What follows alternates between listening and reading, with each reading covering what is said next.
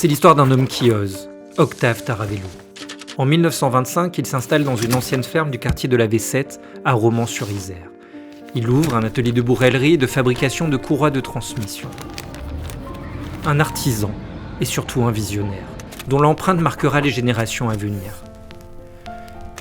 C'est l'histoire d'un bourrelier, avec son père et son frère, sur les marchés de Romans, là où une poignée de main vaut un contrat, là où la parole donnée est un engagement. En 1938, l'entreprise Taravello Frères est prospère. Une dizaine d'ouvriers y travaillent. L'établissement est classé 3e producteur d'harnachement en France. C'est l'histoire d'un pari.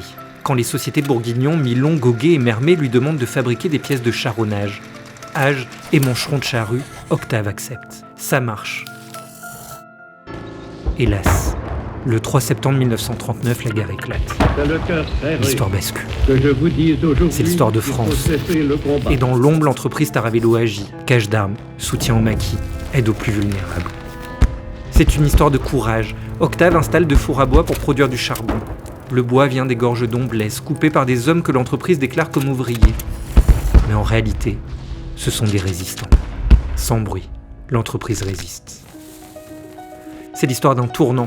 En 1948, le monde change, l'entreprise aussi. Octave ferme la filière bois et prend la route avec un camion-magasin. Il va à la rencontre des clients sur les foires et les marchés. Et comme toujours, il innove. C'est l'histoire d'un héritage. Son fils, Alphonse, rejoint l'aventure. Un bourrelier comme son père qui, dès 1949, prend la tête de la fabrication.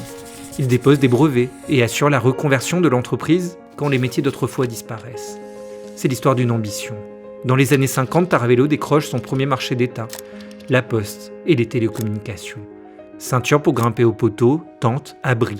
L'innovation devient une tradition maison. C'est l'histoire du fils, Alphonse.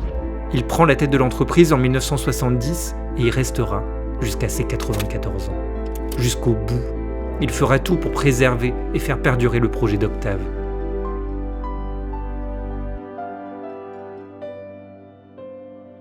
C'est l'histoire d'une nouvelle génération.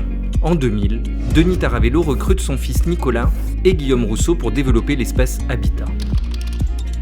10 ans plus tard, c'est une grande partie de l'activité de l'entreprise.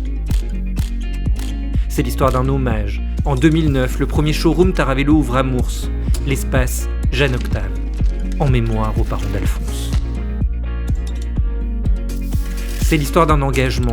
2018, 2019, 2020, de nouvelles agences, de nouvelles idées. Pour les clients, pour les équipes, pour l'environnement.